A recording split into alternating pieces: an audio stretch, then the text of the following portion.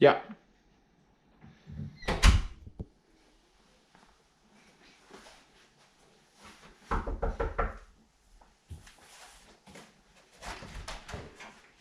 Good morning. Good morning.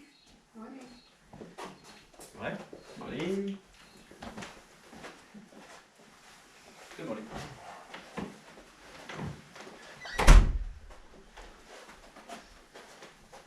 Thank you for coming in today. So just first of all, if we need to go to the bathroom are just around here.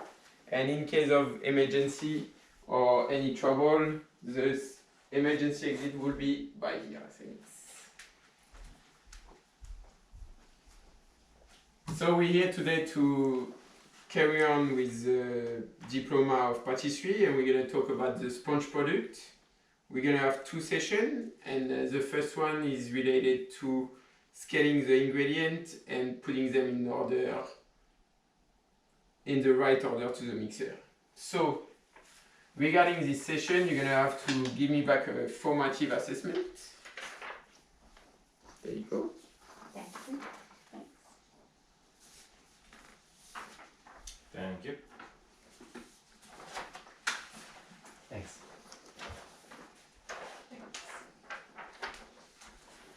Thank you. So for the sponge, there is few different really important steps. First of all, for the ingredients, you need a scale. Make sure you have enough battery to scale all of the ingredients. And the first two ingredients we're gonna mix gonna be the eggs and the sugar.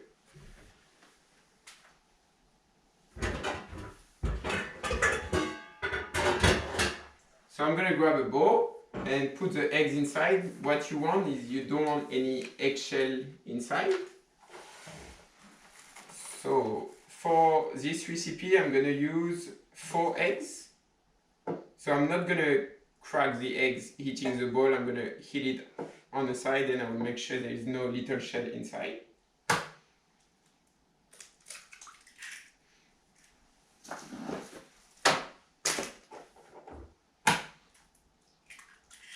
So that's 2,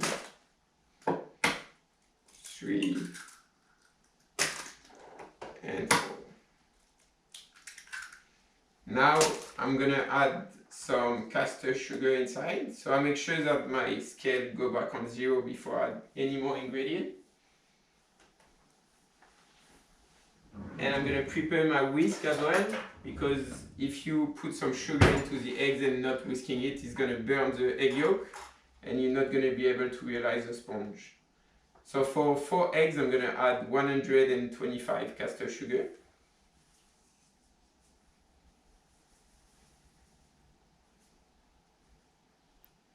So I go slowly to make sure that I don't put too much.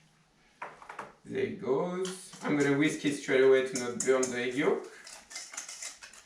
And now I'm gonna put a pan of water to boil on my stove, because I need to warm up the mix up to 50 degrees to be able to develop enough. So while the water is boiling, if you have any questions, don't be scared to raise your hand as well. How much does this make? So for this recipe, 4 eggs, 125 grams of sugar, and 125 grams of flour. You're gonna make a sheet of 40 by 60 centimeter, or you can make as well whole cake that you will divide in 3 to build like a cake. So it's a 24 centimeter cake. It depends what cake you need to do, if you need to be a round cake or a rectangle cake. How much water should we boil? Just about to, like just enough to boil and not dry out, but the water can't touch the bowl. Because if it touches the bowl, it will be too hot, and you will burn the eggs, because you just want to raise the eggs and the sugar up to 50 degrees, but you don't want them to go over 70 degrees because they will coagulate. So I'm going to put that on top for now and start always mixing it with my whisk, because if you leave the mix by itself, it will get too warm in the middle and it will start coagulating. I'm gonna prepare my whisk for the KitchenAid as well.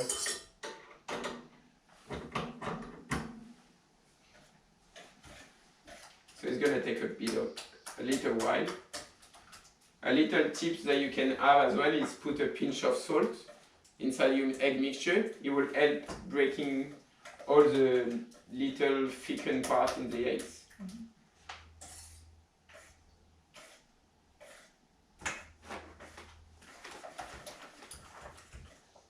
So you can use the sponge for a lot of cake in patisserie,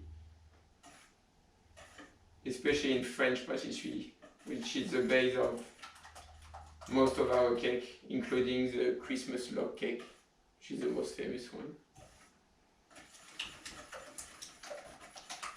Would you need to adjust the ingredients in it if you were going to make it a different flavour or? You usually leave it blend and then soak it with a syrup, a flavored syrup, because you can't really infuse your eggs. Like it's only made from flour, sugar, and eggs. So you can easily make it to the chocolate flavor if you take 1/3 of the flour amount for cocoa powder, and then you have a chocolate sponge that you usually use for Black Forest.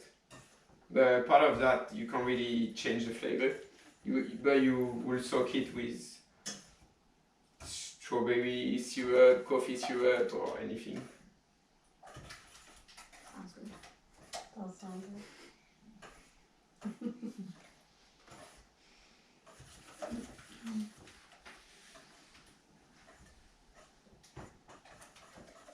How do you know when it's reached the right temperature or when it's So you can either put a thermometer inside, or what the best way to do, you can see that at the moment it's still quite thick because the sugar haven't dissolved yet. So if the sugar haven't dissolved, that means it's still really cold. But usually it takes about between 5 and 10 minutes. You can check with your finger as well. It just, the temperature is not, it doesn't have to be 50 degrees, it just needs to be warm. What is important is to be warm. You could do it from cold as well, but it will not develop as much as if you warm it up, if that makes sense. So you can also, if you don't have a stove next to you or are scared to overcook it, you can do it from cold. It will just take longer to develop with the KitchenAid, and the final result will not be as good, not as fluffy and moist. But you do need a KitchenAid though, because I mean, long time ago when the KitchenAid didn't exist, you can whisk it up to the time it's ready by hand, but it takes a long time and it's really tiring. So now we got KitchenAid to do it for us.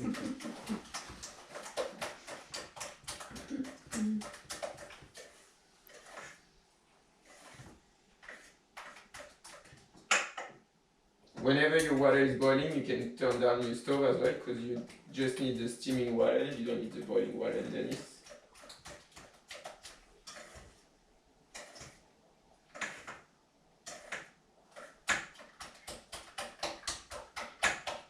When you say that the sugar burns the egg, what happens? Does it become very thick?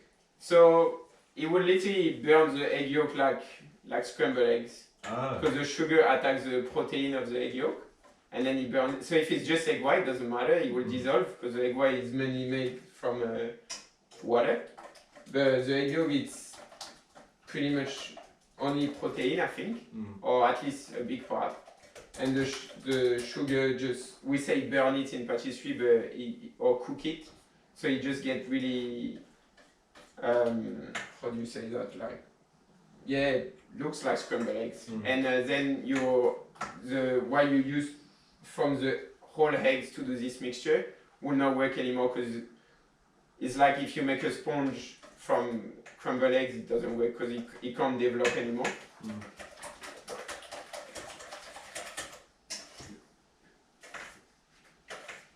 Alright, we're getting there.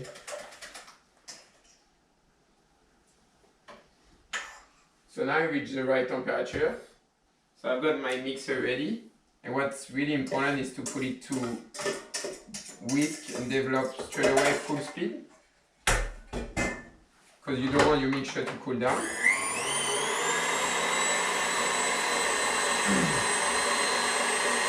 While this one is developing, I'm going to sift my flour. So I'm going to grab another bowl. And you need to sift the flour to make sure it's nice and thin and that there is no dirt inside. So I need another 125 grams.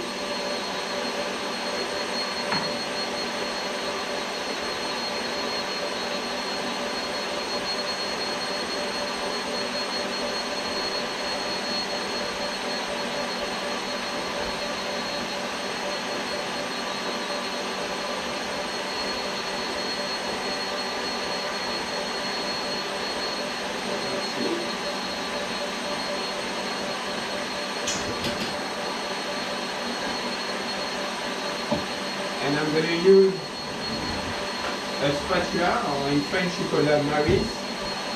I don't know why. But in English, I saw that everything is called spatula. So at least, like this one is called a spatula. The one you use to lay down the mix on the tray is called a spatula. The one you bake stuff is called a spatula. So at least in French we got a word for everything. So you can see, I can't bend it, the egg mixture was yellow, and more you whip it, more white you get, so you can have a look. And you need to whip it up to the stage that it gets to a ruban. So it gets thickened and it's more firm, and it cools down as well. So you want to start thinking about adding the flour whenever you can see the whisk inside, like the mark of the whisk inside the mix. And because you warm it up, it's pretty quick, so it's nearly ready now. Another few minutes.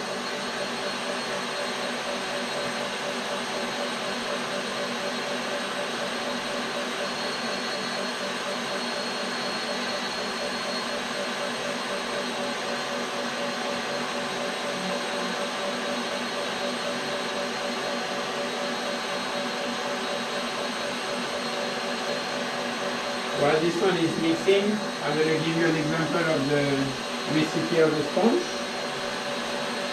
That might help you for the assessment.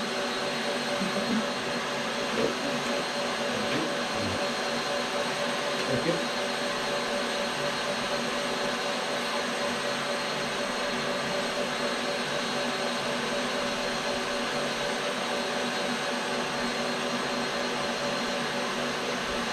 So what's going to be really important when I add the flour is to add it as gently as possible to not, because the mixture is made from only eggs and sugar, so it's really fragile.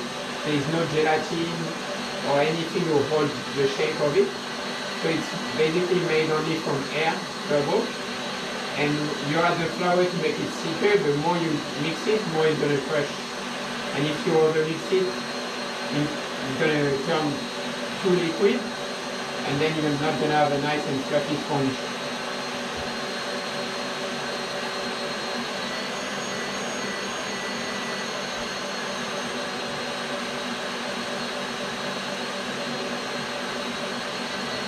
How many people can you fill with a sheet of 40 by 60? Sorry? How many people can you fill with? It depends what cake you made, but if you make a 40 by 60 centimeter cake, so you will need 3 layers of sponge, it's about 60 people.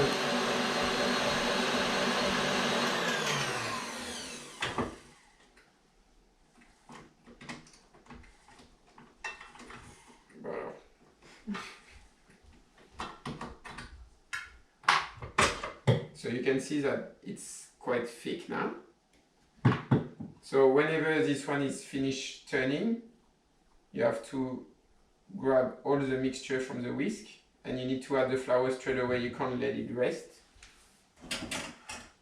because it will start going liquid again really quickly. So you will have the flour as a rain on top and mix it really gently. And that's all the ingredient of the sponge inside for. What happens if you add the ingredients in the wrong order?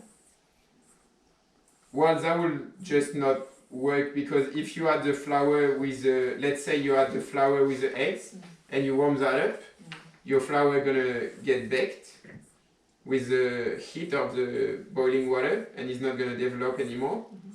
If you mix only the eggs on the stove without the sugar, it's gonna be the eggs gonna start cooking straight away, because the sugar helps the eggs to maintain the temperature. And what other order can we do? If you put everything together in the bowl, the flour will not leave the eggs and the sugar do their work to develop together. So that's why it's really important to follow the order, which is eggs and sugar, warm it up, putting it to whisk in the KitchenAid, and then add the flour at the end, and you will have something like this. So that will be it for the first session. Now we can go on the table and try to fill up the formative assessment. Can I ask you one question? Yeah. Is there any way to fix a sponge? If it's too liquid? If it goes to liquid or order. yeah, if it's Well, if it's out of order, no, you can't. no, You will have to start again. or totally change your recipe. Okay. If it's too liquid, you can still cook it, and it will just not be as good as it could be. It will be just a bit on the drier side and not fluffy, but it's still good to eat. And that's about it. Yeah. Should the eggs be room temperature or refrigerated? Well, an eggs should never be in the fridge actually, because when you buy them at the supermarket, they're not in the fridge. We all got this little thing in the fridge, but that's usually for cooked eggs, not like fresh eggs. And they develop better if they're outside and even on the warmer side. And they will not go off, like an egg doesn't go off like this easily. So better to keep them outside, especially if you want to cook with them. What happens if you use different type of